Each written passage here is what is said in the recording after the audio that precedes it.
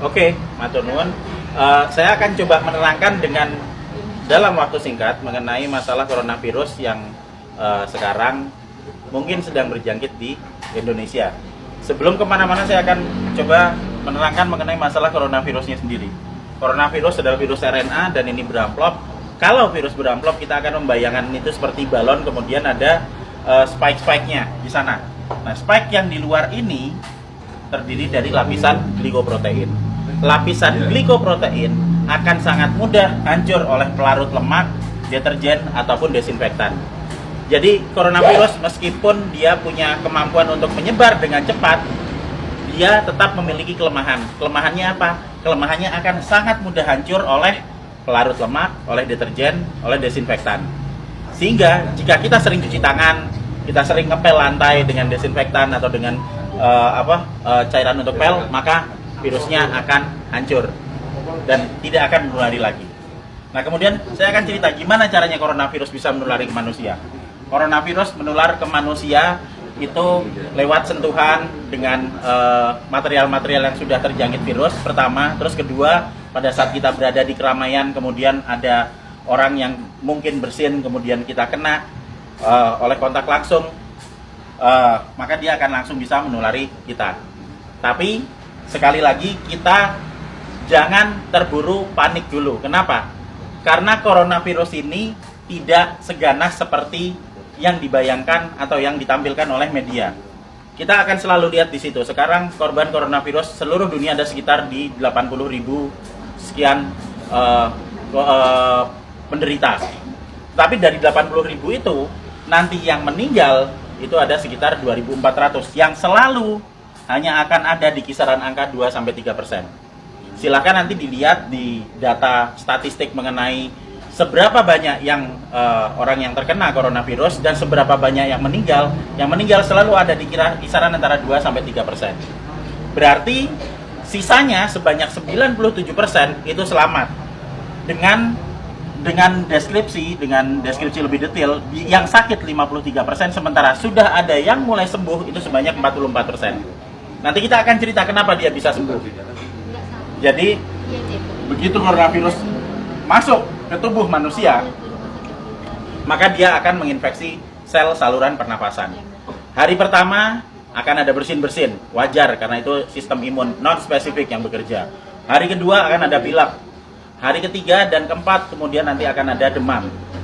Hari kelima, demam akan berlanjut dan jika badan kita fit, maka di hari ketujuh antibodi akan mulai dikeluarkan. Jadi kita akan belajar mengenai sistem imunologi basic di sini. Pada saat terkena pertama kali, maka tubuh perlu waktu 7 hari untuk memasukkan data mengenai virus yang masuk ke sini ke sel memori. Di hari ketujuh ini ada antibodi. Hari ketujuh antibodi akan meningkat, akan keluar di sini hari ketujuh. Hari ke-14 dia akan naik sampai ke atas maksimal. Nah, pada saat antibodi naik di sini, maka antibodi itu akan dipakai untuk melawan virus corona. Karena antibodi sifatnya spesifik. Antibodi anti corona hanya bisa dipakai untuk menangani virus corona. Dan itu akan dikeluarkan 7 hari pasca infeksi. Yang akan sampai di puncaknya di 14 hari. Pada saat antibodi sampai di puncak, maka virus corona akan ditangani oleh antibodi di dalam tubuh kita sendiri. Karena virus hanya bisa ditangani oleh antibodi. Beda dengan bakteri. Bakteri bisa pakai antibiotik, virus nggak mempan. Hanya oleh antibodi. Dan nanti antibodi akan berlanjut turun sampai di minggu ketiga.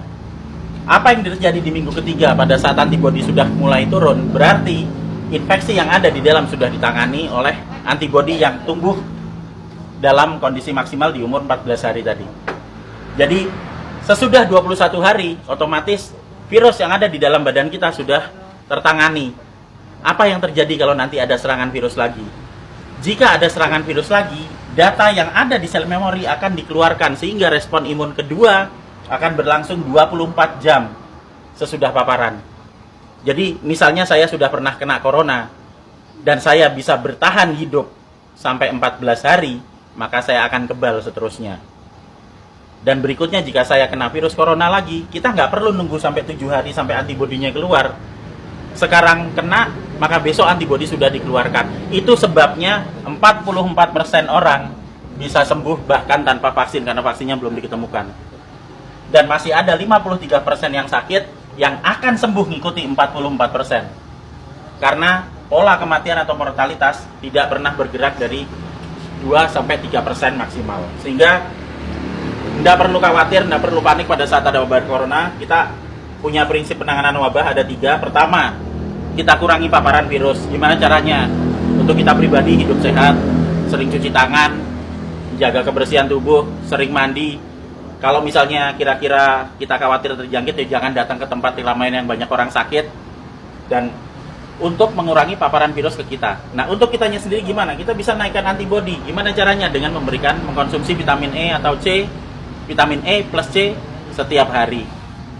Plus madu. Karena madu bisa dipakai untuk energi, sementara vitamin E dan C akan bisa dipakai untuk menaikkan produksi antibodi. Energi dipakai untuk pembentukan antibodi dari kita sendiri. Dan yang terakhir, kalau sakit jangan keluar. Di rumah aja.